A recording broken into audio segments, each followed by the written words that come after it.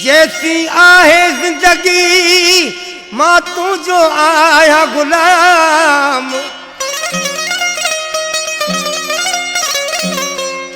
जैसी आहे जिंदगी मां तुझो आया गुलाम।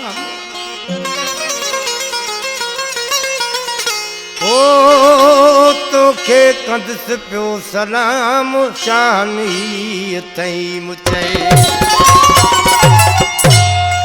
तुझे सिर जो कसम, तुझे सिर खां मथे जो सिर न मिठो आहे,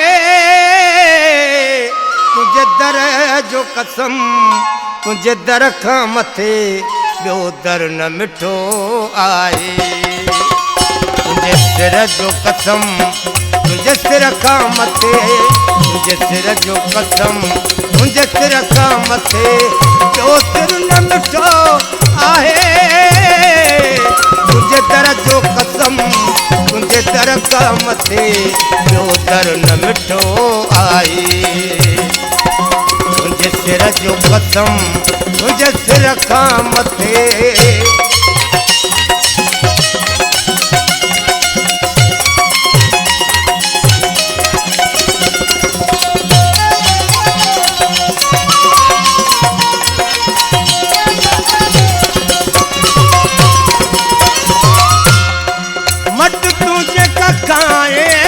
घरे जे न तो ताज महल के मां समझा,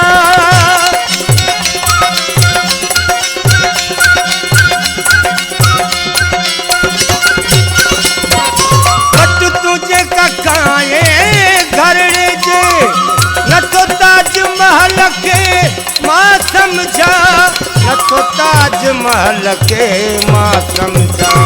तुझे घर जो कसम, तुझे घर खां मथे, तुझे घर जो कसम, तुझे घर खां मथे जो घर न मिठो आहे।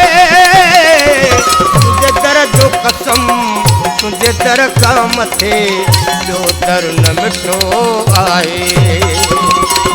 तुझे सिर जो कसम, तुझे सिर खां मथे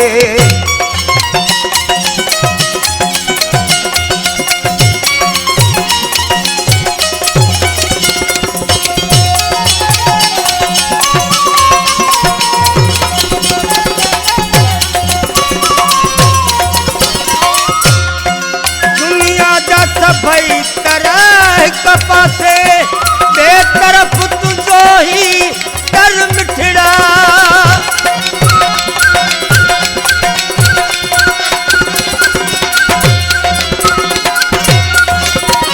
दुनिया जा सभई तरह कपासे बेतरफ तुझो ही कर मिठड़ा, बेतरफ तुझो ही कर मिठड़ा।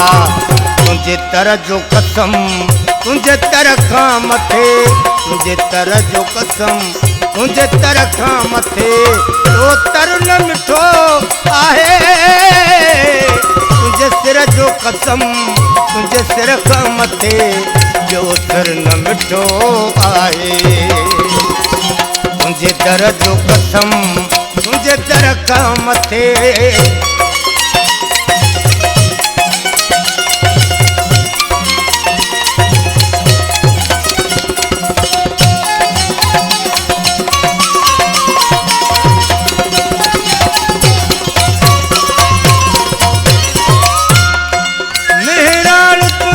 हर मस्ती अमी मंजूर जो साहु समायलवा।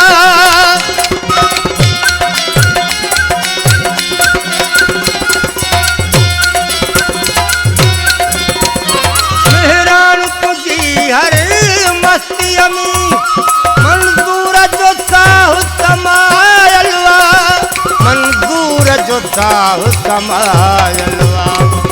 तुंहिंजे जर जो कसम तुंहिंजे जर खां मथे तुंहिंजे जर जो कसम तुंहिंजे जर खां मथे ॿियो जर न मिठो आहे तुंहिंजे सिर जो कसम तुंहिंजे सिर खां मथे ॿियो सिर न मिठो आहे तुंहिंजे दर जो कसम तुंहिंजे दर खां मथे तुंहिंजे दर जो कसम तुंहिंजे दर खां मथे ॿियो दर न मिठो आहे